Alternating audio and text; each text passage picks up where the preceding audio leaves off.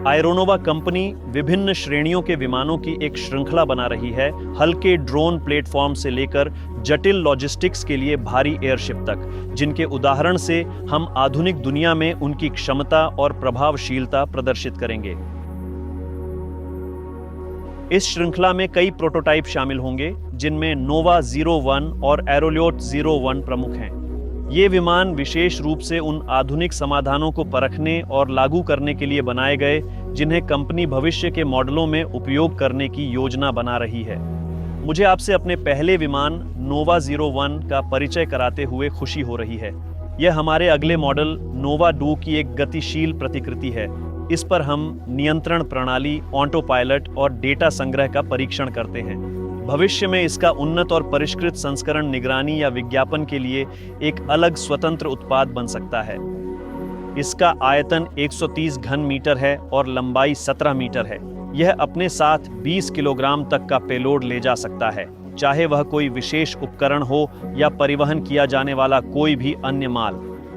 इस विमान के भावी संस्करण एक अलग व्यावसायिक उत्पाद बन सकते हैं, विज्ञापन प्लेटफॉर्म के रूप में या निगरानी और अवलोकन के साधन के रूप में। एरोलियोट 01 हमारा हाइब्रिड संस्करण है, जिसमें बेहतर वायुगतिकीय विशेषताएं हैं। यह एक प्रयोगात्मक मॉडल है जिस पर हम नए समाधान आजमाते हैं, जो नई पीढ़ी के एयरशिप के लिए अपरंपरागत हैं, लेकिन जो संभवतः अगले मॉडलों में भी उपयोग किए जाएंगे।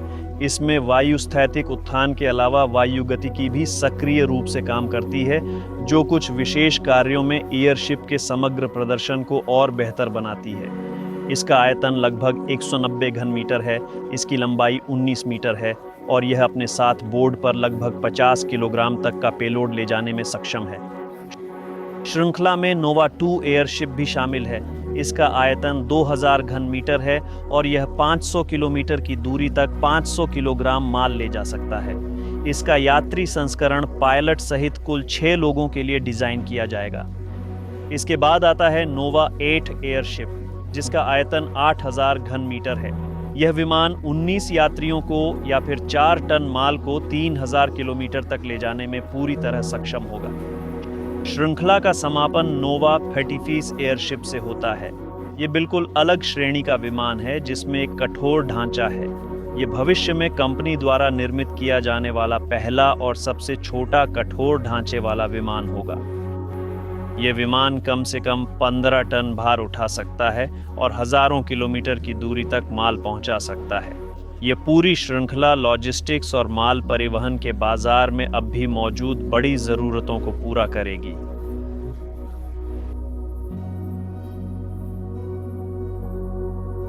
हमारा अगला कदम नोवा 2 एयरशिप है, जो 6 यात्रियों या 500 किलोग्राम माल को 500 किलोमीटर तक ले जा सकता है। इस वीडियो को देखने के लिए धन्यवाद। दोस्तों, हमारे साथ बने रहें। आगे और वीडियो आएंगे कि हम एयरशिप निर्माण को कैसे पुनर्जीवित कर रहे हैं, और अगले वीडियो में मिलते हैं। दोस्तों नमस्कार। आप हमेशा की तरह नई जनरेशन की एयरशिप्स प्रोजेक्ट में हैं और आज हम थोड़ा देर से ही सही जुलाई महीने का समापन वेबिनार कर रहे हैं। एकदम गर्मा-गर्म आए हैं। अभी परसों ही हम नोवोसिबिर्स्क के एक बड़े विमानन उत्सव से लौटे हैं। अनुभव और जज्बात अब भी बिल्कुल ताज़ा हैं। आज बताएंगे कि सब कैसा रहा, साथ ही प्रोजेक्ट की ताज़ा खबरें और घटनाएं भी साझा करेंगे और प्रोजेक्ट पर बात करेंगे, साथ में फ्योडोर कॉन्स्टेंटिनोव। फ्योडोर नमस्ते। वेबिनार याद आए होंगे, बताने को कुछ है? हाँ, ज़रूर याद आए। दोस्तों ने नमस्कार। पिछले महीने अगस्त आ गया। हाँ, अगस्त है। बाप रे, कितना कुछ हो रहा है, समय उड़ रहा है। बीते महीने की सबसे धमाकेदार घटनाओं में से एक, हम तो यूं ही झट से इस फेस्टिवल में कूद पड़े। सच कहूँ तो पैमाना कितना बड़ा होगा इसका हमें बिल्कुल अंदाज़ा ही नहीं था, कल्पना तक नहीं की थी। बस कुछ आदरणीय लोगों ने फ़ोन किया और आने को कहा। कहते हैं, नोवोसिबिर्स्क के पास हमारा फेस्टिवल है, क्या आप अपने एयरशिप से उड़ सकते हैं? हाँ, और आखिर में तो वहाँ जो कुछ भी हुआ उस सब पर हम एक बड़ा विस्तृत वीडियो जारी करेंगे। ये दसियों हज़ार लोग थे और फेस्टिवल पूरे 3 दिन का था। पहला दिन बंद था सिर्फ प्रायोजकों और प्रतिभागियों के लिए। दूसरा दिन सबसे ज्यादा भीड़ वाला, सबसे पागलपन भरा दिन रहा, और तीसरा दिन समापन का दिन था। कुल मिलाकर बहुत जबरदस्त रहा। चलिए सिलसिलेवार शुरू करते हैं। शुरुआत इससे हुई कि पहले हमने वॉस्क्रेसेंस्क में अपने एयरशिप को खोलकर पैक किया। हाँ, हम वैसे जरा सा विषय से भटक जाऊं। नोवा 01 को खोलकर पैक करने में 7 घंटे लगे। हम वॉस्क्रेसेंस्क पहुंचे और 7 घंटे में नोवा 01 ट्रक पर लद चुका था। हमने उसे जाहिर है खोला, गैस निकाली, पूरा पैक किया, सारे ज़रूरी स्पेयर पुर्जे, उसकी असेंबली और डिसअसेंबली के सारे औजार भी, सब कुछ सूटकेसों में रख दिया। सारा सामान बढ़िया से उस मूरिंग मस्तूल पर पैक हो गया जो नोवा 01 के लिए कार ट्रेलर के आधार पर बना है। ट्रेलर संभालकर ट्रक में चढ़ाया, ट्रक चल दिया। और नोवोसिबिर्स्क में हमने शुरुआत इससे की कि यह सब वापस ट्रक से उतारा, गैस भरी, असेंबल किया। और खोलने में 1 दिन लग जाता है, जोड़ने में 3। यह बात हमें अब जाकर पता चली। पहले दिन हमने उसे मैकेनिकली जोड़ा, दूसरे दिन असेंबली पूरी की, फिर कमीशनिंग हुई, नियंत्रण प्रणाली चालू की, वे सारी जांचें वगैरह, और तीसरे दिन तो सुबह सुबह हमें उड़ान भरनी ही थी। कार्यक्रम के बंद हिस्से से आधा घंटा पहले उड़े, पर वो भी बढ़िया। तो कुल मिलाकर उसके बाद हमने उसे 5 घंटे में ही खोलकर पैक कर लिया, 2 घंटे बचा ली। वो भी कम से कम लोगों के साथ। जी हाँ, यानी छोटे एयरशिप्स एक ही दिन में खुल, जुड़ और ढोए जा सकते हैं, यह हमें पता चला। और उत्सव के बारे में क्या बताऊं, सच कहूं तो हालत ऐसी थी जैसे शिफ्ट से लौटे हों, खदान से निकले हों। शारीरिक और मानसिक रूप से बुरी तरह थके हुए, क्योंकि हम वहाँ 27 तारीख को पहुँचे और 4 तारीख को लौटे, और हर दिन सुबह जल्दी उठना, भागकर हवाई अड्डे जाना, शारीरिक मेहनत, चिलचिलाती धूप। मुझे लगता है हमें देखकर ही पता चल रहा है। तो तनाव तो ज़बरदस्त था ही, जाहिर है, जब इतने सारे लोग सामने हों और नोवा 01 उड़ान भरता है, उड़ता चला जाता है। ठीक समझ गए। पर जब डीमा ऑपरेटर बात ना माने, वो अलग ही मामला है। डीमा ऊपर, डीमा ऊपर, डीमा ऊपर, और डीमा बस ऐसे ही उड़ा जा रहा है हेलीकॉप्टरों की ओर। अरे, दिखा रहा है कि एयरशिप कैसे तेजी से। डीमा मंच के पास मत जा, डिम प्लीज दूर रहो। डीमा प्लीज नहीं। और डीमा मंच के सामने। हे भगवान। और हमारे अलावा वहां तो देखने को और भी बहुत कुछ था। हेलीकॉप्टर तो थे ही, छोटे वाले भी जैसे रॉबिन्सन, और बड़े वाले भी, मुझे तो नाम भी नहीं पता, विशाल, दिलचस्प। MI-8 तो थे ही जाहिर है, और MI-1M हेलीकॉप्टर भी वहाँ था। विमानों पर उड़ने वाली कई तरह तरह की स्पोर्ट्स एरोबेटिक टीमें थीं। लड़ाकू विमान थे, पूरी वित्याजी टीम ने उड़ान भरी। और हाँ, अलग से एक अकेला लड़ाकू विमान भी उड़ा, फिर पैराग्लाइडर पायलट भी उड़े, और एक सीट वाला क्वाडकॉप्टर जैसा eVTOL यान भी था, वो भी वहीं उड़ता रहा। कुल मिलाकर जश्न ज़बरदस्त था। सुबह 11 बजे से रात 10 बजे तक चलता रहा, और आखिर में शानदार शो हुआ। हाँ, जैसा मैंने कहा, उम्मीद ही नहीं थी कि इतना बड़ा आयोजन होगा और हमें वहाँ बुलाया जाएगा। आयोजकों और प्रायोजकों का बहुत बहुत शुक्रिया। और हाँ, हम तो खुशी खुशी दोबारा ज़रूर आएंगे। तो कुल मिलाकर मैं फीडबैक के बारे में बताना चाहता हूँ। जो लोग वहाँ आए, जो हिस्सा ले रहे थे, उनकी प्रतिक्रिया के बारे में। अलग नहीं, कैसे कहूँ, सबसे अच्छा तो तब लगा जब हैंगर में खुद पायलट और दूसरी एरोबेटिक टीमों के तकनीशियन आने लगे। बहुत ही गंभीर लोग थे, विमानन की दुनिया में बड़े नाम और बड़े खिताब रखने वाले, और वे एयरशिप निर्माण को, हमारी पूरी सोच को दिल से सम्मान दे रहे थे, दिलचस्पी ले रहे थे। शायद ये पहला ऐसा मौका था जब ठीक इसी इंडस्ट्री के लोग, पेशेवर लोग, इस बारे में हमें फीडबैक दे रहे थे। बहुत ही अच्छा लगा की प्रतिक्रिया एकदम सकारात्मक थी और जो लोग किनारे से देख रहे थे, ये है क्या? मज़ा ये था कि शुरू में सब हल्की मुस्कान के साथ ही लेते थे। ये क्या है, गुब्बारा कैसा है, कितनी हीलियम उड़ेगा या नहीं? फिर पहली उड़ान, दूसरी, और दूसरी के बाद देखता हूँ सबके चेहरे बदल चुके थे, ज़्यादा गंभीरता से। हाँ, सब ज़्यादा गंभीरता से लेने लगे, मदद करने लगे। 2 दिन में हमने हवाई अड्डे के सारे शक करने वालों को समझा दिया कि एयरशिप खिलौना नहीं है, एयरशिप खिलौना नहीं है। इतना छोटा होकर भी उनकी नज़र में वो पूरा यान निकला। यह वाकई शानदार है। और सब आगे पूछते हैं, बड़ा वाला कहाँ है, कब आएगा, कहाँ आकर देखें। बहुत मन है। और ये बात तो अलग से ही बहुत अच्छी लगती है। कुल मिलाकर लोगों में ज़बरदस्त उत्साह है, दीवानगी जैसी दिलचस्पी, बिल्कुल स्वाभाविक, खासकर बच्चे। वहाँ एयरशिप के चारों तरफ तो पूरा बच्चों का मेला लग गया था। हमारा प्रोग्राम कैसा था? हम कार्यक्रम के पहले हिस्से में थे। मोटे तौर पर सुबह 11 बजे उड़ान भरते थे। पहले पैराग्लाइडर पायलट उड़े, फिर एक विमान, और उसके ठीक बाद हम। यही उद्घाटन था। हम उड़ते हैं। वहाँ एक हवाई अड्डा था, नाम था मोचिश्चे। देख सकते हैं, शानदार बड़ा खूबसूरत हवाई अड्डा, अद्भुत प्रकृति, बर्च के पेड़, हरी घास, बहुत मस्त। तो देखिए, अगर यहाँ ये रहा हवाई अड्डा, यहाँ मंच था और वो मैदान जो शो के लिए रखा था, और यहाँ हैंगर थे। हम आखिरी हैंगर से उड़ान भरते थे, पूरे मैदान के साथ साथ उड़ते, चक्कर लगाते, हवा में ठहर जाते, फिर से चक्कर लगाते, फिर हम उतर जाते थे।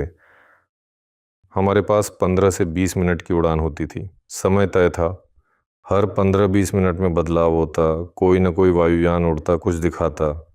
शेड्यूल बहुत टाइट था। और उसके बाद हमारे सामने एक कमाल का काम था। एयरशिप को भीड़ के बीच मोरिंग मस्तूल पर लगाना था। पता नहीं आप नशेष्टवी जैसे टेंट वाले उत्सवों में गए हैं? एकदम ठसाठ स्पीड, टेंट, छाते, जो मिला वो सब, मेज़ें, बच्चे, सब कुछ। हाँ, और सच में बहुत बहुत बहुत ठसाठस। तकनीकी बैरिकेड हटाने पड़े और उसे हाथों पर उठाकर ले जाना पड़ा। हमने उड़कर जाने की सोची, पर वो तरीका नहीं था। फौरन इरादा छोड़ दिया, क्योंकि ये बेवकूफ़ी थी, और एयरशिप को हाथों पर उठाकर मूरिंग मस्तूल तक ले गए। वो तो सचमुच एक शो था। मैं ये सब नहीं बताऊंगा। कुल मिलाकर सब एयरशिप की तरफ भागे, छूने, फोटो खींचने और कुछ न कुछ करने। मूरिंग मस्तूल के चारों तरफ घेरा था। बाद में मैंने खुद को समझाया कि घेरा इसलिए था कि कोई वहाँ टेंट कुर्सियाँ न लगाए, क्योंकि लोगों को उसने रोका ही नहीं। सब एयरशिप बांधने में मदद को दौड़े। सब मिलकर उसे उठाए हुए थे, भीड़ के बीच से ले जा रहे थे। हवा वहाँ काफ़ी तेज़ थी, तो नाक और पूंछ से उसे संभालना पड़ता था, भीड़ के बीच से जो ले जा रहे हैं। आखिर में मैंने उसे पकड़ा तक नहीं, मुमकिन नहीं था। सब उसे हाथों पर उठाए हुए थे। हमने उसे मूर किया, बस। एयरशिप को लोगों ने ऐसा घेरा कि सूरज ढलने तक वहाँ से हटे ही नहीं। आते रहे, पूछते रहे, फोटो खिंचवाते। एयरशिप ने एक बहुत कीमती संसाधन दिया, उसने छाया दी। धूप तो बिल्कुल झुलसा देने वाली थी, शायद 35 डिग्री, एक भी बादल नहीं। पूरे महोत्सव का आकर्षण वही था। हाँ, लोग पूछते ही नहीं थे, पास आते, निहारते, फोटो खिंचवाते, और ऊपर से छांव में छिपते भी थे। कुल मिलाकर एयरशिप हर तरफ से सबको भाया। ये भी बता दूं कि ये 15वां वर्षगांठ महोत्सव वीवा एविया था, जो नोवोसिबिर्स्क में होता है। और इस वर्षगांठ महोत्सव में बल्कि कुल मिलाकर पहली बार एयरशिप मौजूद था। और यह सम्मान का झंडा, यूं कहिए, हमें मिला एरोनोवा कंपनी को, नोवा 01 एयरशिप को, वायुयान की इस दिशा का नेतृत्व करने का। ये जिम्मेदारी भी थी और सम्मान भी, और थोड़ी घबराहट भी कि सब कैसे बीतेगा। चाहते थे कि खुद को बेहतरीन तरीके से दिखाएं, बिना किसी झमेले के। हो गया। हाँ, सब बहुत बढ़िया रहा। हाँ, पर घबराहट तो आखिर तक बनी रही। मैंने दिखाया नहीं, पर अंदर घबराहट थी। असल में घबराहट नहीं, बस हर पल चौकन्ना रहना था, एक पल भी डील नहीं। खैर, उड़ान हो गई, सब ठीक, उतरे, मूर कर दिया। अब सांस ली जा सकती है। पर एयरशिप के गिर्द लोगों का हुजूम और वह हवा के रुख पर घूमता रहता है। हवा इतनी बदल रही थी कि वह घंटे भर में कई बार आराम से पूरे 180 डिग्री घूम जाता था। और यह देखते हुए कि वहाँ बच्चे भी थे, बुजुर्ग भी, कौन नहीं था वहाँ, नज़र रखनी ही पड़ती थी। और वे बस छांव में खड़े ही नहीं थे, ये चादरें दरियां बिछा चुके थे, लेट भी चुके थे। हाँ, और शुरुआत में तो बड़ा मज़ा आया। पहली बात, एयरशिप आपका कुछ बिगाड़ता नहीं, भले आप वहाँ हों और वो सरकने लगे। वो नरम हल्का है, हम उसे काबू में रखते, झटके नहीं देते थे। शुरू में लोग समझ नहीं पाते थे कहाँ रहें कहाँ नहीं। कोई पिछली स्टैंड तले, कोई गंडोला के पास लेटा, और सरकते वक्त गंडोला और पिछली स्टैंड लोगों से टकराते हैं। आखिर में सामूहिक समझ विकसित हो गई और सब बस गंडोला और पुछ स्टैंड के बीच में लेटने लगे। और वो थोड़ा इधर उधर सरकता तो उनके ऊपर। ज़रा सोचिए क्या शो है। आप एयर शो आए हैं, एयरशिप के नीचे लेटे हैं और देख रहे हैं लोग विमान उड़ा रहे हैं। मैं अब जाकर शांत हुआ हूँ और समझ रहा हूँ कि कितना खूबसूरत था। जो बच्चे उस पर लटके थे, उन्होंने हर खुलने वाली चीज़ खोलने की कोशिश की, हर हिलने वाली चीज़ हिलाई, और जो मिला उसे जहाँ मिला वहीं ठूंस दिया। पंखों में घास तक भर दी, क्या क्या नहीं किया। तो पूरे उत्सव भर एकदम चौकन्ना रहना पड़ा, सब थक गए, चूर। सच में वाकई मज़ेदार था। बहुत सारे लोग आकर सीधे यही बोले, हम तो सिर्फ एयरशिप की वजह से यहाँ आए हैं, सिर्फ एयरशिप की वजह से। अच्छा ये लगा कि प्रोजेक्ट से भी लोग आए, हमारे प्रोजेक्ट के भागीदार आए, बहुत बढ़िया। 800 किलोमीटर दूर से भी लोग आए, कोई गाड़ी लेकर 1000 किलोमीटर से आया। आप सबका शुक्रिया। आप सबसे मिलकर वाकई बहुत अच्छा लगा। हैरानी की बात, ज़बरदस्त, नोवोसिबिर्स्क से लोग आए, उनका भी आभार। असेंबली और डिसअसेंबली में भी मदद की। कुल मिलाकर यूं समझिए कि इतने कम समय में इतनी सारी भाग दौड़ और इतने सारे काम हो गए कि सच कहूँ तो हल्का सा सदमा ही लग गया। चैट में लोगों ने एक सवाल और पूछा, वहाँ हमारे साथी एयरशिप विशेषज्ञ भी तो थे? हाँ, नोवोसिबिर्स्क के ताप भौतिकी संस्थान से लोग आए थे, एयरशिप का छोटा सा मॉडल लेकर। उनके यहाँ कुछ 15 घन मीटर आयतन था उसका, यानी बिल्कुल ही छोटा सा। नोवा 01 से 10 गुना कम आयतन, 4 साइक्लोरोटर और 2 छोटी मोटरों के साथ, जो प्रणोदक हैं। इससे पहले उन्होंने कभी खुले में उड़ाया नहीं था, बस कमरों के अंदर, और इसके लिए उन्हें दाद देनी तो बनती ही है। कमरे के अंदर वो शानदार काबू में रहता है, लगभग एरोलायॉट जैसा। हमारा एरोलेट क्वाडकॉप्टर है, पर उनका बेस चौड़ा है, साइक्लोरोटर ज़्यादा दूर है, और वो सचमुच बढ़िया मैन्यूवर करता है, दाएं बाएं घूमता भी है, सब कुछ बहुत बढ़िया। पर वो इतना छोटा है कि खुले में तो उड़ ही नहीं सकता था। उसके साथ बस इतना ही हो पाया कि उसे 2 रस्सियों से बांधकर लटका दिया। वो भी बस मैदान में यूं ही खड़ा रहा, एयरशिप के एक छोटे से मॉडल की तरह। 1-2 मीटर प्रति सेकंड भी उसके लिए घातक। इस एयरशिप के सामने मुख्य काम यही था, साइक्लोरोटर को परखना, उनकी गतिकी को देखना, और ताप भौतिकी संस्थान के जो परिकलन मॉडल है उसका सत्यापन करना। वो मुख्य रूप से बहुत ही गहरा वैज्ञानिक काम है। वे तरह तरह के गणितीय मॉडल, भौतिक गणितीय मॉडल बना सकते हैं, परिकलन स्थितियां जांच सकते हैं। उन्होंने साइक्लोरोटर का गणितीय मॉडल बनाया और उन्हें इस मॉडल को किसी भौतिक वस्तु पर वैलिडेट करना था कि वो सही है। इसी के लिए उन्होंने ये छोटा सा यान बनाया और कुल मिलाकर अपने वैज्ञानिक शोध में लगे रहे। जैसा बोरिस अलेक्जेंड्रोविच ने कहा, ये एयरशिप नहीं है, ये एरोस्टैटिक कार्गो प्लेटफॉर्म है, टावर क्रेन जैसा। वो एक जगह खड़ा रहता है, नीचे कुछ हिला डुला सकता है, पर कहीं उड़कर जा नहीं सकता। मेरे ख्याल से शायद यही इस कॉन्सेप्ट का सबसे सटीक आकलन है। अगर किसी के मन में सवाल था कि साइक्लोरोटर कारगर हैं या नहीं, तो किसी बहुत छोटे से इलाके में स्थानीय कामों के लिए शायद कारगर हैं। पर बिंदु ए से बिंदु बी तक उड़ने के लिए तो बिल्कुल भी कारगर नहीं। हमारे साथियों के सामने एयरशिप बनाने का कोई काम था ही नहीं।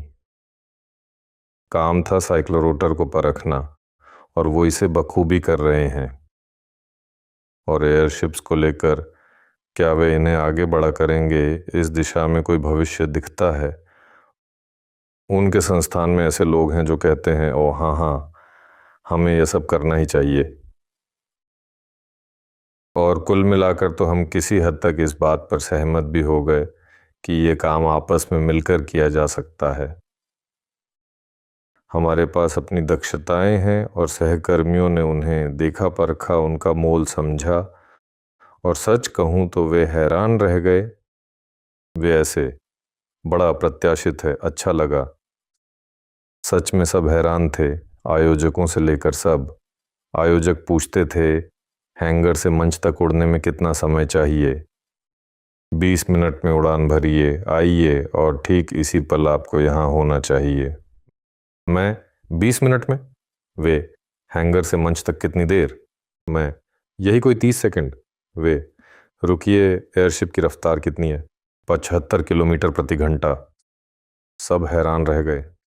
सब समझते थे कि यह गुब्बारा है, बस गुब्बारा। और धीरे धीरे लोगों को समझ आने लगा कि यह गुब्बारा नहीं है। और जब मैं सबको बताता था कि यह तो हमारे नोवा 2 का छोटा मॉडल है, वह तो अभी उत्पादन के चरण में ही है, वह पहले से गंभीर ठीक ठाक मशीन होगी, फिर भी पूरी तरह वाली नहीं, पूरा तो 8000 घन मीटर का है। और सब ऐसे, हाँ बस। ताप भौतिकी संस्थान वालों ने भी हमारी दक्षता की कदर की, बेशक, सिर झुका दिया। तो जैसा मैं समझा, लोग इस दिशा में आगे बढ़ना तो चाहते हैं, पर आकार बढ़ाने में उन्हें कुछ दिक्कतें हैं। यानी जहाँ तक मैं समझ पाया, इस दिशा को कोई आगे नहीं बढ़ा रहा। वे ये सब पूरी तरह अपने ही दम पर करते रहे, और जो मशीन उन्होंने बनाई वह, कह लीजिए, अपने ही बलबूते बनी है। हाँ, लगता है यही एयरशिप विशेषज्ञों की किस्मत है, हमेशा अपनी ही पहल पर काम करते रहना। देखते हैं।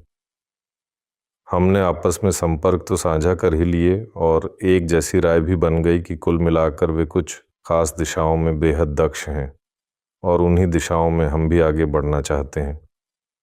वे माइक्रो टरबाइन पर भी काम करते हैं, बड़े एयरशिप्स पर भी, खासकर उनके भीतर की खास दिशाओं पर। और बेशक हमारे पास ऐसी दक्षताएं भी हैं जहां हम उनसे कोसों आगे हैं। ये वदीम वसीलेविच भी हैं, बोरिस अलेक्जेंड्रोविच भी, डिमिट्री सेर्गीविच भी, और कुल मिलाकर एयरशिप निर्माण का अपना तजुर्बा भी। तो मुझे लगता है कोशिशें एक हो जाएंगी और हम आगे बढ़ चलेंगे। वैसे कल, यानी 7 अगस्त को, हमारी उस सबसे पहली कॉन्फ्रेंस को पूरे 2 साल हो जाएंगे। उसी में तो हमने प्री लॉन्च का ऐलान किया था। हाँ, शुरुआत नहीं, प्री लॉन्च था। तब बहुत कुछ स्पष्ट था, हवा में लटका हुआ। देखिए, और इस बीते वक्त में पहले तो हमें कोई गंभीरता से लेता ही नहीं था, फिर कम से कम हमारी तरफ देखने तो लगे। और अब तो देखिए, इतने बड़े बड़े ढांचे, इतने बड़े संस्थान और खुद विमानन उद्योग मानो हमें अपने ही लोगों की तरह लेने लगे हैं। बहुत अच्छा। यहाँ तक कि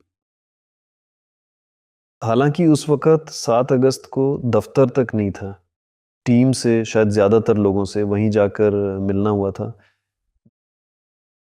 ये कुछ ऐसा था जैसा सेरियोगा ने कहा, अब जो होगा देखा जाएगा, जो हो सो हो, शुरू करते हैं, गति देखेंगे। असल में हम टीम बनकर इकट्ठा हुए और 20 कुछ सितंबर से काम करने लगे। ठीक याद नहीं, शायद 25 तारीख को। 7 अगस्त से 25 सितंबर तक बहुत सारे सवाल हैं। असल में हमारा सब कुछ बिखर गया और नए सिरे से जुड़ने लगा। फिर भी तारीख अच्छी है, कल 2 साल। पहले से बधाई नहीं देते तो कल एक दूसरे को बधाई देंगे। मैं एयरशिप वालों के एक होने की बात कह रहा था।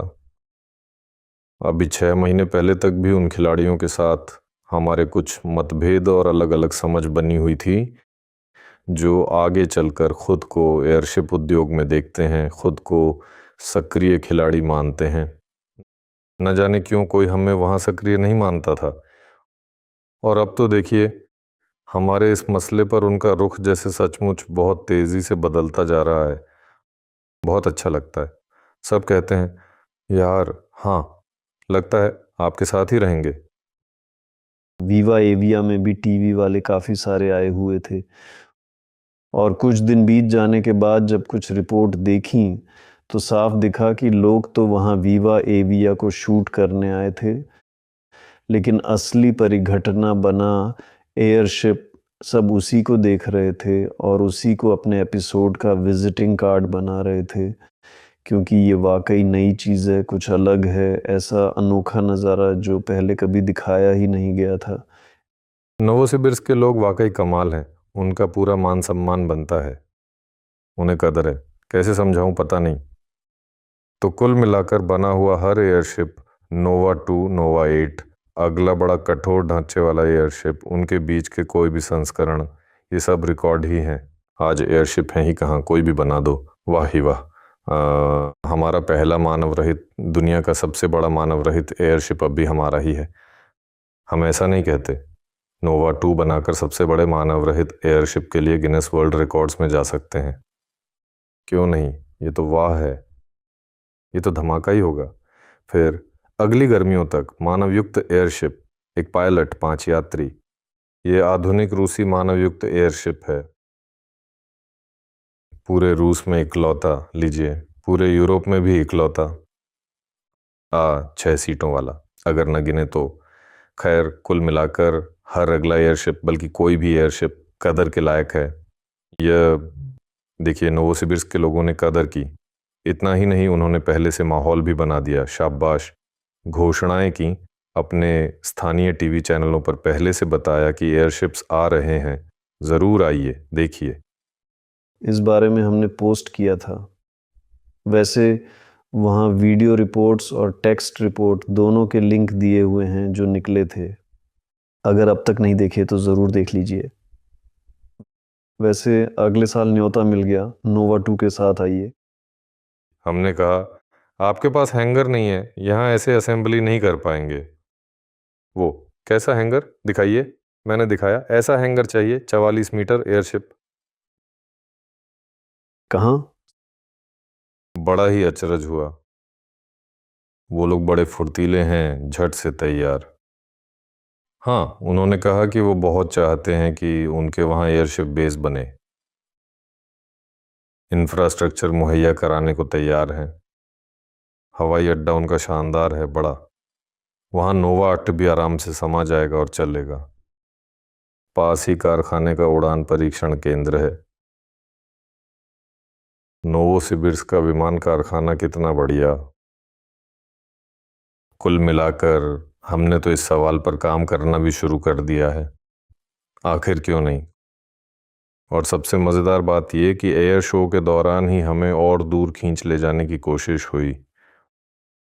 वहाँ हवाई अड्डे के निदेशक थे जो उधर अल्ताई के करीब हैं, और वो बस पर्यटन की, अल्ताई की बातें करते रहे।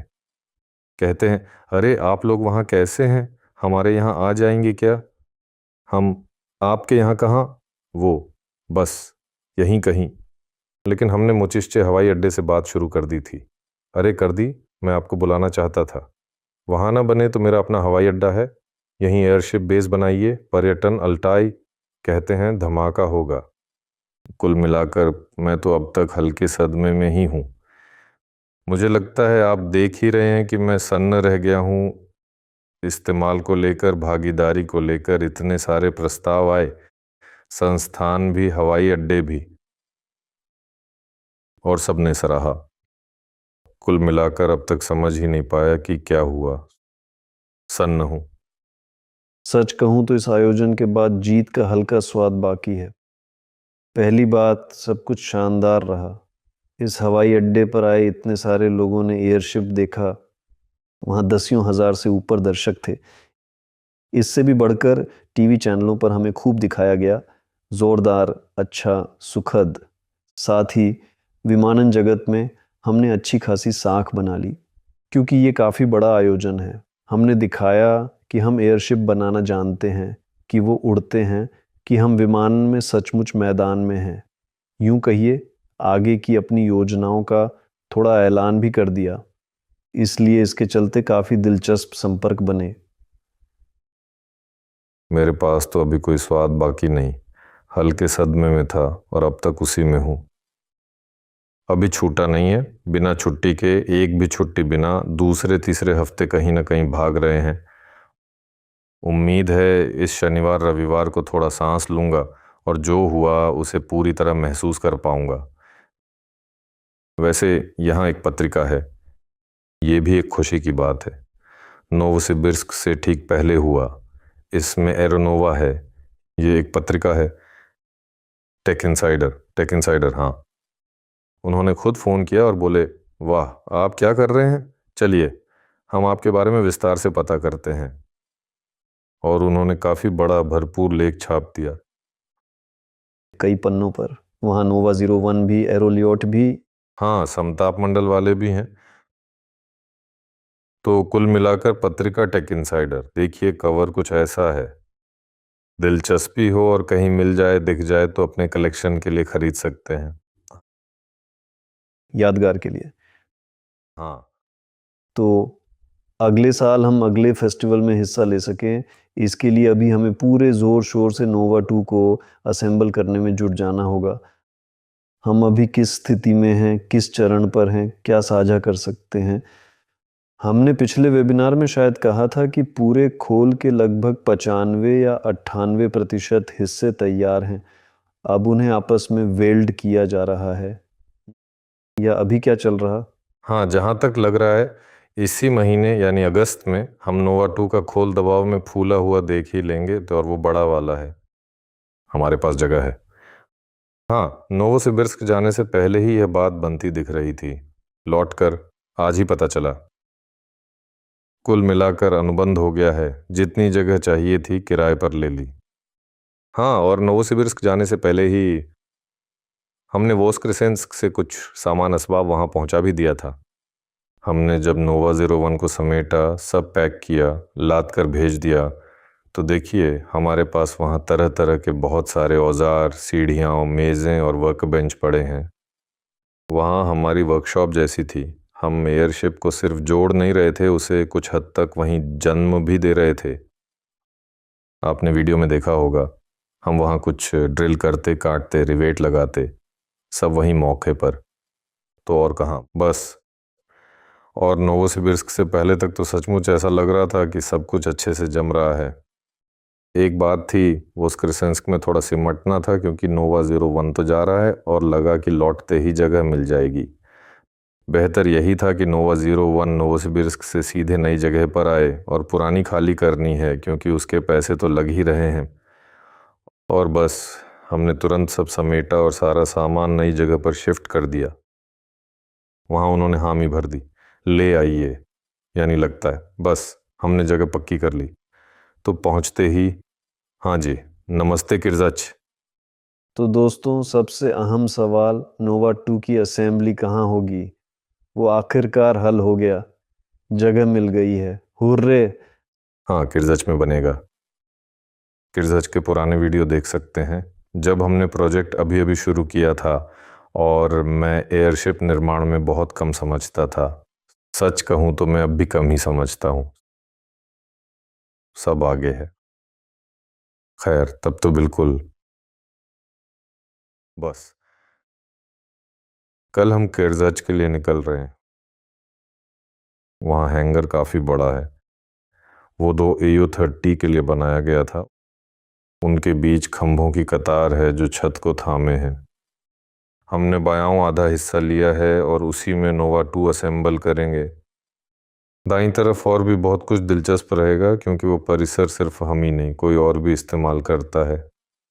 कल जाकर बायां हिस्सा खाली कराएंगे और वहाँ आराम का माहौल बनाना शुरू करेंगे, तकनीकी किस्म का आराम। खोल में गैस भरने के लिए नीचे एक खास बिछाने वाली सतह फैलानी पड़ेगी, शायद औद्योगिक लिनोलियम। सबसे आसान हल है। कल जगह नापेंगे, कहाँ हमें कितनी चाहिए, और कुल मिलाकर अपने नए घर का पूरा एक चक्कर भी लगा लेंगे, यही समझ लीजिए। हाँ, जब हम वोस्क्रेसेंस्क से सामान उतार रहे थे तो हम वहाँ मेहमानों की तरह नहीं जा रहे थे, बल्कि जानते हो ऐसे, बस अब साल 2 साल हम यहीं हैं, अब यहाँ से कहीं नहीं जाने वाले। आदत डालनी है, घर को परखते हो, यहाँ क्या है वहाँ कैसा है, बस अब किरजाच जाकर सब संभालेंगे, रहने खाने का इंतज़ाम और एयरशिप की असेंबली के लिए रचनात्मक जगह तैयार करेंगे। सबसे पहले तैयारी के काम होंगे, उसके बाद दाब परीक्षण। हाँ, हम दाब परीक्षण के लिए सब कुछ पहले से तैयार कर लेंगे और व्लादिमीर अलेक्सीविच खोल उत्पादन से खोल दाब परीक्षण के लिए यहाँ ले आएंगे। दाब परीक्षण यानी सीधी सी बात, खोल बिछाया जाता है, उसमें हवा भरी जाती है, दाब सेंसर लगाए जाते हैं और इसी तरह आगे। फिर तय समय का इंतज़ार करते हुए कार्यविधि के मुताबिक देखा जाता है कि खोल कितना खींचता है। अलग अलग दाब पर वहाँ खास निशान बने होते हैं। भरने से पहले माप लिया जाता है, फिर इतने दाब पर, फिर उतने दाब पर, और खोल के खिंचाव का प्रतिशत देखा जाता है। एयरशिप के लिए यह बहुत अहम है। बोरिस अलेक्जेंद्रोविच कभी विज्ञान के नज़रिए से समझाएंगे। उसके ज्यामितीय पैरामीटर भी देखे जाते हैं, जाहिर है लंबाई, ऊंचाई, आयतन और इसी तरह आगे। और अलग से बैलोनेट की वायुरोधकता जांची जाती है, ये देखने के लिए कि बैलोनेट कक्ष से हवा गैस कक्ष में कहीं रिसकर तो नहीं जाती। पूरे खोल की वायुरोधकता जांची जाती है और उसके ऊपर सेल्फ एडहेसिव फिल्म से बने खास अंक और निशान चिपकाए जाते हैं। निशान यानी मेरा मतलब है स्केल। जब उसमें हवा भर चुकी होगी तब हम खास फेल्ट की चप्पलें पहनकर उसके अंदर घुसेंगे ताकि खोल खराब ना हो, और अंदर तय जगहों पर वहाँ पहले से सब निशान लगा होता है, अंक और स्केल चिपकाएंगे। ये इसलिए कि वहाँ एक खास तकनीकी हैच है जो आखिर में बंद कर दिया जाएगा, लेकिन उसमें एक छोटा पिरामिड और कैमरा लगाया जाएगा और कैमरा लगातार बैलोनेट पर नज़र रखेगा, और वहाँ स्केल चाहिए ताकि बैलोनेट के भरे होने का प्रतिशत दिखे, यानी वह कितना भरा है या कितना खाली। ये सब किया जाएगा और इसके साथ कई और काम भी होंगे। पहला काम यही है। फिर जाहिर है खोल को वैक्यूम पैक करके लपेट देंगे और वह असेंबली शुरू होने का इंतज़ार करेगा, और हम एयरशिप की असेंबली की तैयारी करेंगे। सारे धातु के हिस्से पूरे करेंगे, पूरी नियंत्रण प्रणाली, ऊर्जा आपूर्ति प्रणाली और पूरी बाहरी लाइटिंग तैयार करेंगे। तो आगे अभी बहुत सारा काम पड़ा हुआ है। तो खैर, एक अच्छी खबर, हमें जगह मिल गई है। बहुत बढ़िया कि सब तय हो गया, और सबसे अहम वक्त पर। व्लादिमीर अलेक्सीविच दाब परीक्षण में जरूर खुद मौजूद रहेंगे, है ना? मतलब खुद वे किसी को नहीं देंगे छूने, है ना? हाँ, खोल को तो उनके बिना कोई छू ही नहीं सकता। ये वही करेंगे, और कौन। कि नोवा 01 हमें खुद जोड़ने के लिए सौंप दिया, ये तो खिलौना पकड़ा दिया। जाओ मौज करो। हाँ, असल में अभी हमारे सामने बहुत ही गंभीर चरण है। शायद अब हमें उड़ान परीक्षण दल बनाना शुरू करना ही होगा। उसमें इस दल का एक प्रमुख होना चाहिए, तकनीशियन होने चाहिए, और नोवा 2E के संचालन से जुड़े दस्तावेज, बहुत बहुत सारे दस्तावेज होने चाहिए। उत्पाद पासपोर्ट में ये सारे काम, सारी उड़ानें दर्ज करनी होती हैं। नोवा 01 पर हम पहले पंजीकरण संख्या ले लेंगे, फिर सब कुछ जैसा चाहिए वैसे ही दर्ज करते जाएंगे। नंबर मिलने तक पासपोर्ट खराब नहीं करना। और यहाँ तो सब कुछ कहीं ज़्यादा गंभीर होगा। ये सारी प्रक्रियाएं अभी से सीखनी होंगी, क्योंकि पायलट चालित नोवा 2 में इसके बिना कुछ हो ही नहीं सकता। काम इतना है कि अभी अंत ही नहीं दिखता। शुक्र है शुरू कर दिया। मैं संचालन दस्तावेजीकरण की बात कर रहा हूँ। अब जब सब कुछ आखिरकार पूरी तरह साफ है, उपकरण का स्वरूप भी, उसकी पूरी नियंत्रण प्रणाली भी, सब कुछ, अभी उड़ानों की तैयारी, खुद उड़ानों और उड़ानें पूरी होने का विवरण लिखने का काम शुरू हुआ है। कभी सूची लेकर बैठूंगा और इन सब दस्तावेजों के नाम पढ़ दूंगा ताकि नाम से ही समझ आ जाए। वैसे क्या किर्जाच में हम उड़ान परीक्षण कर पाएंगे? किर्जाच भी शायद मॉस्को क्षेत्र के कोवियोर में आता है। या कोई रास्ता है जिससे कोवियोर के बावजूद हम इन्हें करा ही लें? वहाँ रास्ते वास्ते की बात ही नहीं, वहाँ साफ शब्दों में कुछ को मना किया, कुछ को नहीं किया। हम आराम से उसी दूसरी श्रेणी में आते हैं जैसे हेलीकॉप्टर आते हैं। पूरी की पूरी हल्की विमानन यानी जनरल एविएशन उड़ान नहीं भर सकती। हेलीकॉप्टर उसमें नहीं, वो उड़ता है। प्रायोगिक विमानन आराम से उड़ती है। किर्जाच जोन जी में पड़ता है। मोटे तौर पर जोन महत्व के हिसाब से बटे हैं। कुछ बेहद अहम जोन हैं। ए, अक्षर ए, ये ए जितने ज़्यादा हों मामला उतना गंभीर, जैसे शेरमेतिएवो वगैरह। फिर बी, सी, डी वगैरह। कई जोन जी है जो कभी किसी के लिए अहम नहीं। किर्जाच में वैसा ही है, वहाँ काफ़ी खुला है, लेकिन वो इसी मॉस्को क्षेत्र में आता है जिसे बंद किया। ये तो एक बात हुई। और दूसरी बात ये कि किर्जाच का जोन पैराशूट अनुसंधान संस्थान के अधीन आता है और उनके पास प्रायोगिक दर्जा है, जो हमारे लिए अच्छी बात है। लगता है उड़ानों में दिक्कत नहीं। बढ़िया। तो अब धीरे धीरे सवाल पढ़ने का प्रस्ताव रखता हूं। कमेंट आए हैं, YouTube से शुरू करता हूं। तो नमस्ते, बताइए अभी नोवा 8 किस स्टेटस में है? नोवा 8 का निर्माण किस हाल में है? फिलहाल नोवा 8 का निर्माण शुरू ही नहीं हुआ है। नोवा 8 अभी मैं कहूँगा तो ऐसी शुरुआती डिज़ाइनिंग के चरण में है। सामान्य विन्यास यानी प्रोजेक्ट तैयार है, उसके आयतन भी साफ हैं और झिल्लियाँ भी। वो पहले से ही बहुखंडीय है और वहाँ किसी एक खंड में दाब हानि होने पर काम करने वाली चालाक आपात सुरक्षा प्रणाली है। वहाँ साफ है कि कौन सी मोटरें कितनी कहाँ लगती हैं। नोवा 8 का सामान्य विन्यास पूरा हो गया। आगे हर पुर्जे को अलग से डिज़ाइन करना है। इसकी शुरुआत अभी हो रही है। मैं तो ऐसा सोचता हूँ कि अगले साल हम उसके निर्माण की शुरुआत कर ही देंगे, इससे पहले नहीं। अभी तो वहाँ कतार में अगले नंबर पर नोवा 2 का दूसरा खोल है। यह खोल 300 घन मीटर का है। शायद पहले वो 300 घन मीटर का बंधित एरोस्टेट होगा। ऐसे एरोस्टेट के लिए हमारे पास बहुत सारे अनुरोध आ रहे हैं। मन तो ये भी है कि 300 से 350 घन मीटर का एक छोटा एयरशिप विज्ञापन के लिए भी बना लें, अब एक उत्पाद के रूप में, ताकि उसे व्यावसायिक रूप से चलाया जा सके। नोवा 8 तो उसके बाद में थोड़ा और आगे चलकर। क्या वो भी पहले इलेक्ट्रिक होगा या सीधे? वो हाइब्रिड वर्जन में होगा। उसमें ईंधन जलाकर बोर्ड पर बिजली बनाने वाली पावर यूनिट होंगी और किनारों पर ट्रैक्शन इलेक्ट्रिक मोटरें लगी होंगी। और किसी वर्जन में माइक्रो टर्बाइन आ सकती है? हमें उम्मीद है कि पहली ही मॉडिफिकेशन में माइक्रो टर्बाइन होंगी, बिना किसी बीच के समाधान के। हाँ, समाधान तो ठीक है। सवाल पढ़ता हूं। मौजूदा संकट में उड़ानों के लिए कोई ठीक हवाई अड्डा बिकाऊ मिलेगा? लगता है तुमने जवाब दे दिया। मौजूदा कामों के लिए हमें किर्जाच ठीक है। हाँ, और संकट की बात करें तो नोवोसिबिर्स्क ने कहा, अपने मॉस्को क्षेत्र में क्यों बैठे हो? देखो कितना बड़ा हरा भरा खुला हवाई अड्डा है, हमारे पास आ जाओ।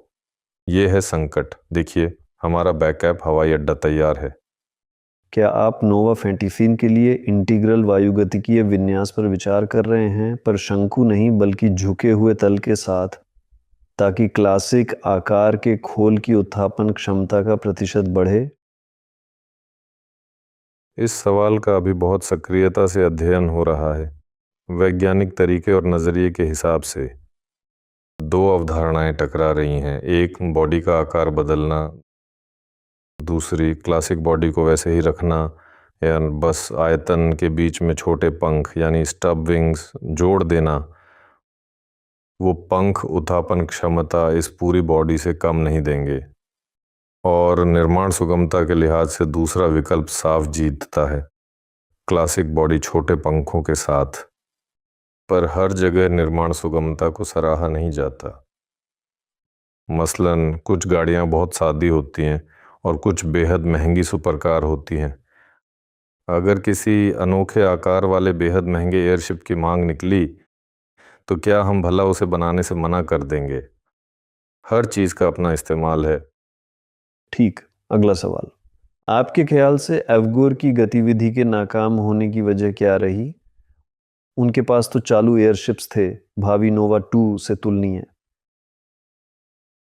उनका और बड़ा था, 5000 घन मीटर। वो तो दमदार मशीन थी। देखिए, मुझे नहीं पता और मैं वहाँ था भी नहीं, तो मेरी जो भी राय होगी वो शायद सच्चाई से बहुत दूर ही होगी। देखिए, वहाँ एक तरफ 2008 का संकट भी था और कुल मिलाकर वो ज़माना आज के मुकाबले थोड़ा अलग ही था। आज इलेक्ट्रॉनिक्स बहुत तेज़ी से, लगभग घातीय रूप से सस्ता हो गया है। नियंत्रण प्रणालियां वो ऐसी क्वालिटी की आ गईं जिसकी तब कल्पना भी नहीं थी। और कुल मिलाकर मोटे तौर पर कहें तो 2008 से लेकर अब 2026 तक चीन ने गजब की तरक्की की है और दुनिया को तरह तरह के तकनीकी समाधानों से भर दिया है जो उस ज़माने के समाधानों से दसियों गुना सस्ते हैं। तो कुल मिलाकर आज एयरशिप जैसे उत्पादों के लिए हालात पहले के मुकाबले कहीं ज़्यादा अनुकूल हैं। उस वक़्त ये महंगा था, मुश्किल था, लंबा था, संकट और ऊपर से कारोबारी हलकों के अंदर बंटवारा। कुल मिलाकर बस ऐसा ही संयोग बन गया। मेरे पास और कोई टिप्पणी नहीं। हमारे देश में एयरशिप्स पर गंभीरता से और कौन काम कर रहा है? मैंने विषय थोड़ा खंगाला। 2-3 और खिलाड़ी हैं, पर आपके मुकाबले उनका सब कुछ गंभीर नहीं है। कोई नहीं, एयरशिप्स पर गंभीरता से सिर्फ हम हैं। ऐसा ही है। तो ऐसा कुछ बनाने का ख्याल आखिर आपको कब आया? इसके पीछे तो पूरी एक कहानी छिपी है। दरअसल आज से कई साल पहले, मैं अपनी ही बात बताऊंगा। दिमाग में लगातार एक एहसास रहता था, उड़ना है, उड़ना है। मेरे मन में ऐसी तस्वीर है, समंदर है, विशाल महासागर, केकड़े हैं, तल पर रेंगते हैं, ये ग्रह पर इंसान है। हवाई महासागर है और हम बर्फ पर रेंगते केकड़े, और बस कुछ हवाई जहाज़ हैं जो एक बिंदु से दूसरे तक उड़ते हैं। मेरे लिए ये टेलीपोर्टेशन जैसा है, बैठे, हिले डुले, अजीब लगा और उतर गए। ये बस जगह बदलना है। पर मछली की तरह तैरते रहना, हवा में ही बने रहना, ये तो बिल्कुल अलग बात है। दिमाग लगातार कोई ना कोई हल ढूंढता रहता था, तरह तरह के, यहाँ तक कि अपरंपरागत एंटी ग्रेविटी तक। सवाल यही था कि हवा में टिके कैसे रहा जाए, और वह भी ऊर्जा के हिसाब से मंजूर लायक कीमत पर। और फिर एक दिन अचानक फ़ोन आया, और उस फ़ोन से बस कुछ ही दिन पहले मेरे दिमाग में यह कौंधा था कि अरे, ये तो एयरशिप ही है।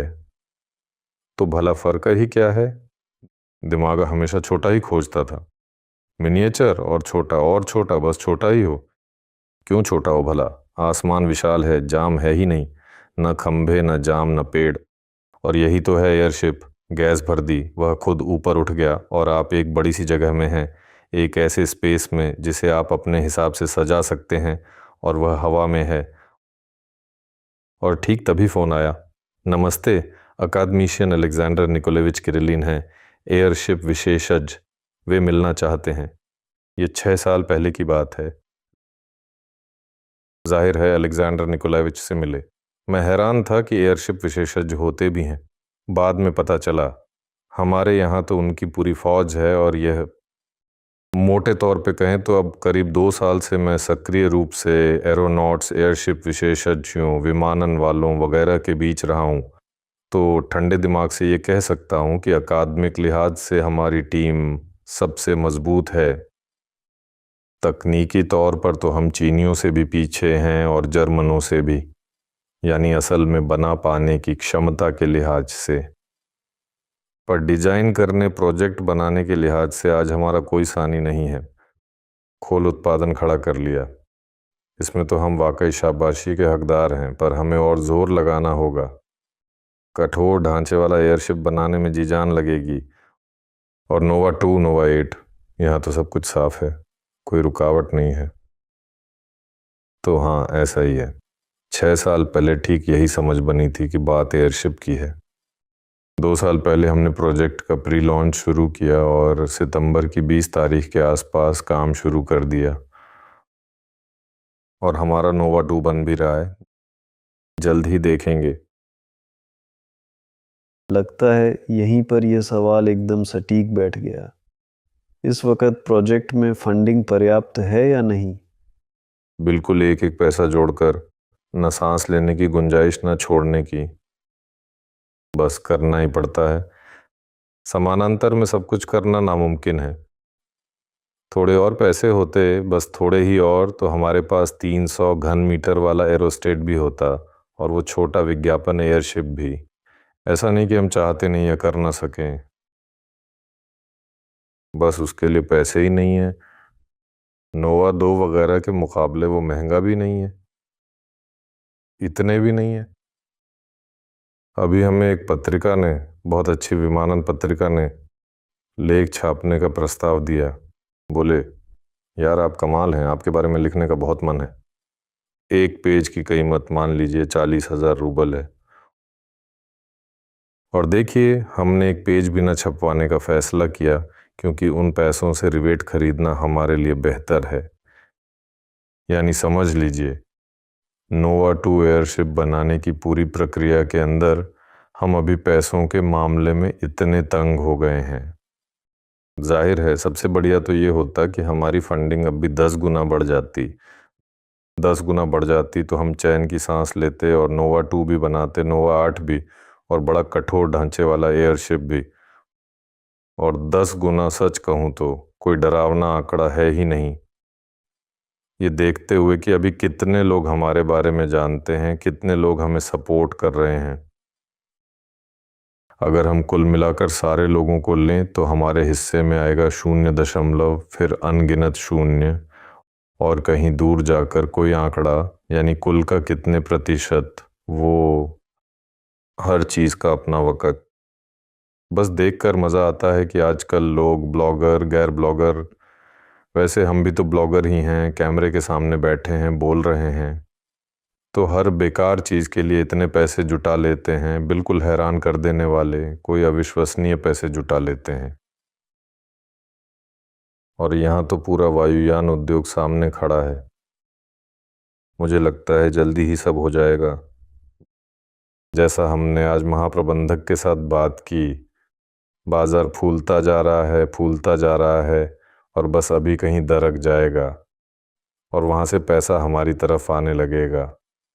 फंडिंग बढ़ाने के बारे में तो यहाँ सोचने का रिवाज ही जैसे नहीं है।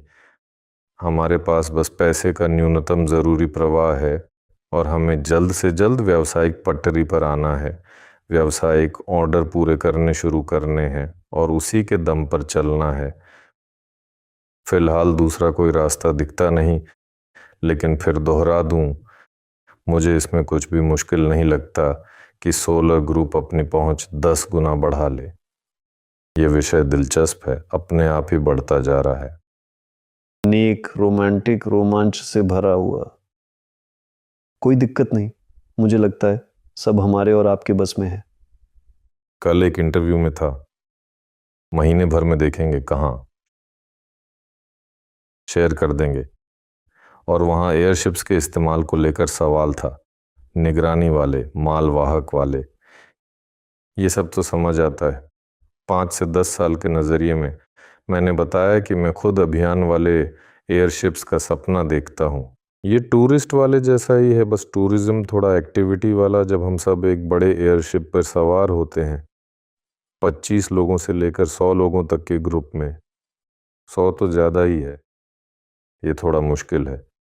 बेहतर है 25-25 लोगों वाले कई एयरशिप्स, केबिन के साथ, बोर्ड पर दलदल वाहन और कुछ रबर की नावों के साथ। वहाँ जाकर अपने महान और अथाह रूस को जानना, वो कोने अंतरे जहाँ कभी कोई गया ही नहीं, और सिर्फ अपने देश में ही नहीं। ऐसे अभियान पर्यटन एयरशिप्स, इन्हें 30 टन और 60 टन वालों के बेस पर बनाया जा सकता है। बाजार की प्रतिक्रिया के हिसाब से अभी यही सबसे ज़्यादा मांग वाली मशीनें हैं।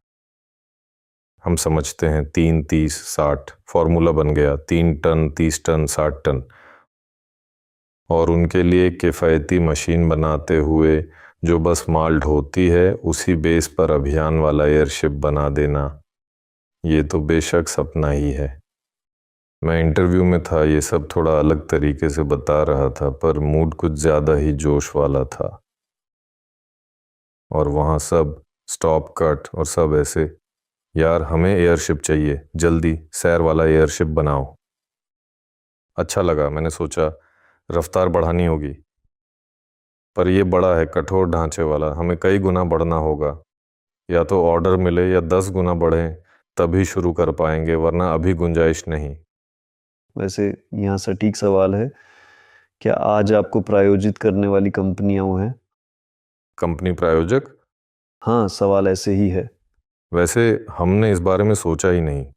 अगर आपके पास एयरशिप बनाने को प्रायोजित करने वाली कंपनी है तो यहाँ लिखिए, और यहाँ हमारा मेल दिखना चाहिए था, official@aeronova.team। हाँ, तो क्या सीरियल वाले नोवा 2 के लिए कोई ग्राहक हैं या नहीं? उसे सीरियल में बनाने की योजना ही नहीं थी। ये इकाई नमूने के तौर पर बनेगा, यानी एकल नमूने की एक इकाई। मुझे लगता है हम 5-6 नमूने तो बेच ही देंगे, क्योंकि प्रारंभिक सहमति बन चुकी है और साफ है कि किसके साथ। ये सब पर्यटन है, ऐसा निजी इस्तेमाल के लिए। चलिए इसे यही नाम दे देते हैं, सीरियल मॉडल नोवा 8, और उसके बाद के हैं। लोग हमारा समर्थन करते हैं और कहते हैं कि पुटुराना पठार पर वैज्ञानिक या पर्यटन अभियान जिनमें इस इलाके की चौड़ी सपाट चोटियों पर उतरना हो, सिर्फ एयरशिप से ही मुमकिन है। मैं सहमत हूँ। हाँ, मुझे नहीं पता हमने आपके साथ इस पर बात की थी या नहीं की थी, लेकिन वायुयान तकनीक के विकास के जो परिदृश्य हैं, उनमें से एक ये है कि ये तकनीक हमेशा पानी पर ही उतरती है। एयरशिप्स झीलों पर उतरेंगे, बड़ी बड़ी चिकनी पानी की सतहों पर। शुरू में विमानन भी इसी रास्ते पर बढ़ा था। हवाई अड्डे न बनाने पड़े, इसलिए विमान पानी से ही उड़ते उतरते थे, यही आसान था। तो अभियान वाला एयरशिप ज़रूर पानी पर उतरेगा। हमारे यहाँ झीलें अनगिनत हैं, सतह चिकनी है, वहाँ एयरशिप को कोई खतरा नहीं, और वहाँ से नावों पर कहीं भी आराम से जा सकते हैं। जाहिर है वह ज़मीन पर भी उतरेगा, पर पानी पर उतरना ही जैसे, तो आपके मन में ये बैठ जाना चाहिए कि ऐसा ही होगा। और अपने आप में सुंदर। तो लगता है कि सवाल फिलहाल ख़त्म हो गए हैं। दोस्तों, सवाल बचे हों तो ज़रूर लिखिए। हम अभी लाइव हैं, ज़रूर जवाब देंगे। अभी तक तो सब सवालों के जवाब हो गए। पुटुराना पठार। हम अभी नोवोसिबिर्स्क में थे, मैं फिर लग गया। नक्शा खोलता हूँ, देखता हूँ कि मैं हूँ कहाँ, दिशा समझता हूँ, नक्शे को बड़ा करता हूँ। यहाँ एक गहरा धब्बा है, झूम करता हूँ, वहाँ कोई दलदल है। यहाँ दूसरे रंग का धब्बा, झूम करता हूँ, वहाँ चट्टानें, पहाड़ वगैरह। कमाल है। पता नहीं आपको नक्शे में यूं खो जाना पसंद है या नहीं, मुझे तो बेहद पसंद है। मुझे पसंद, मैं तो घंटों हफ्तों तक बस यूं ही लैंडस्केप निहारता रह सकता हूँ। मैं जैसे ही सोचता हूँ कि आप एयरशिप पर इस सारी खूबसूरती के ऊपर तैर रहे हैं, और उसी तरह निहारते हैं, पर अब हकीकत में। हाँ, जैसे डिजिटल दुनिया से वापस असली ज़िंदगी में लौट आया। शायद यही है वो चीज़ जो हमें करनी चाहिए। बिल्कुल यही करना चाहिए।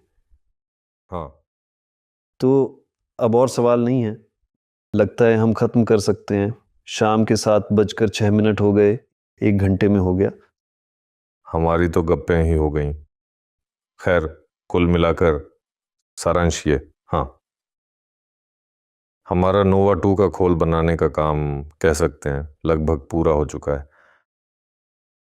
हमारे पास उसकी असेंबली और परीक्षण उड़ानों के लिए जगह भी है। इसे करने में अब हमें कुछ नहीं रोकेगा। ये शानदार खबर है, कमाल है, सब हो रहा है। तो बस इस महीने हम भरा हुआ खोल देखेंगे। ये नज़ारा तो यकीनन बिल्कुल नए स्तर का होगा। जब हमने नोवा 01 का खोल भरा था, याद है, हम उसके चारों ओर घूमते थे। ओह खोल! 17 मीटर। हाँ, और मज़ेदार है कि नज़रिया कैसे बदल गया। पहले वो मुझे बड़ा लगता था, अब तो ओप, फोकस बदल गया, अब छोटा लगता है। और मैं अब उस 44 मीटर वाली का इंतज़ार कर रहा हूँ। वो विशाल लगेगी, फिर छोटी लगने लगेगी। 75 मीटर वाली आएगी और फिर वो भी छोटी लगेगी। हाँ, और आगे 200-300 मीटर के एयरशिप्स हमारा इंतज़ार कर रहे हैं। 3, 30, 60। सबसे ज़्यादा संभावना तो यही है कि नोवा 30 फीस आगे चलकर नोवा 60 में बदल जाएगी, क्योंकि नोवा 35 जिसकी भार वहन क्षमता 15 टन है और नोवा 68 जिसकी भार वहन क्षमता 30 टन है, इन दोनों के बीच निर्माण की जटिलता में फ़र्क, चाहे संसाधनों के लिहाज से देखिए या पैसों के लिहाज से, बस 10% के आसपास ही है। यानी अब हम बड़े कठोर एयरशिप के निर्माण में जी जान से जुट जाएंगे और 15 और 30 टन वाले में से 30 टन वाला चुनना ज़्यादा तर्कसंगत है, क्योंकि इनमें फ़र्क लगभग है ही नहीं। जैसा कहा, छोटे से बड़े की ओर। 30 भी छोटा ही है, क्योंकि उसके आगे तो 60, फिर 120, 250, 500 आते हैं। 15 टन वाली नोवा 35 की जगह सीधे 100 टन वाला बनाना शुरू करना, यही तो असली गंभीर जोखिम है। और 15 और 30 तो एक ही जैसे हैं। तो बस, क्या कहना था? बस शायद काम पर लगना है। कल रिसर्च जाकर आपके लिए शूट करेंगे। हाँ, वहाँ सब कैसा है, कैसे बना है? हाँ, खोल के आने के लिए हम परिसर तैयार करेंगे। शायद वक्त निकाल कर ज़ाओक्स्की जाए व्लादिमीर अलेक्सीविच से मिलने, या शायद वो खुद। नहीं, बेहतर है वो तैयार खोल लेकर ही हमारे पास आई। ये तो कमाल होगा। और शायद हमें एक जमावड़ा भी कर ही लेना चाहिए जब तक मौसम गर्म है, वहाँ किर्जहाच में, अपने नए घर में। हाँ, समय रहते। हाँ, बड़े खोल को देखने। कम से कम उसके दाब परीक्षण पर। ये तो ज़बरदस्त होगा। हाँ दोस्तों, तो समय तेज हो रहा है, घटनाएं घनी हो रही हैं, आगे और भी बहुत कुछ है। और इसी सकारात्मक नोट पर सबका शुक्रिया। हाँ, जो वेबिनार में आए, सवाल पूछे, शुक्रिया। रिएक्शन ज़रूर दीजिए, हमारे वीडियो शेयर कीजिए और ये बात फैलाइए कि एयरशिप्स लौट रहे हैं और वे बहुत जल्द ज़रूर लौट कर आएंगे। सबका शुक्रिया। एक बात और कहनी थी। हमारे यहाँ तरह तरह के वीडियो निकलते रहते हैं, आप उन्हें कभी देख लेते हैं, कभी देखते हैं, कभी नहीं देखते। और मैं ये गुजारिश करना चाहूँगा, जिनके पास ऐसा मौका है वे बस हमारे वीडियो लेकर अपने चैनलों पर कॉपी कर दें, उन्हें रील्स में काटें और पोस्ट करें। कुल मिलाकर जानकारी फैलाइए। किसी भी कॉपी करने पर हम बिल्कुल नाराज़ नहीं होंगे, उल्टा स्वागत ही करेंगे। सामग्री असल में बहुत है, पर इतना सारा कंटेंट खुद बनाते रहने का हमारे पास वक्त ही नहीं है। और देखिए, ताकि प्रोजेक्ट आगे बढ़ सके और यह सारा काम हम जल्दी खड़ा कर सकें, इसके लिए हमें ठीक यही मदद चाहिए, जानकारी फैलाने में आपकी मदद। हम हर तरह से कोशिश करते हैं कि आपके लिए वह तैयार करें। और चलिए, अब जैसे ही नोवा 2 सामने आ जाएगा, खोल वगैरह तैयार होगा, जिनके पास ऐसा मौका हो वे वीडियो फैलाना शुरू कीजिए। अपने समानांतर चैनल बनाइए, उनकी रील्स बनाइए, टिकटॉक वीडियो डालिए। मेरे ख्याल से ये वाकई ज़बरदस्त चीज़ है, एयरशिप्स। हाँ, और इसी से आप बहुत बड़ी मदद करेंगे कि एयरशिप्स जल्द से जल्द हकीकत बने। हाँ, चलिए, बस सबसे मिलकर अच्छा लगा। हाँ, फिर मिलते हैं जल्द ही। वीवा एविया कैसा रहा उस पर रिपोर्ट वीडियो आएगा, ज़रूर देखिए। शॉट्स तो कमाल के हैं, सबको पसंद आएगा। बस सबको अलविदा। अलविदा।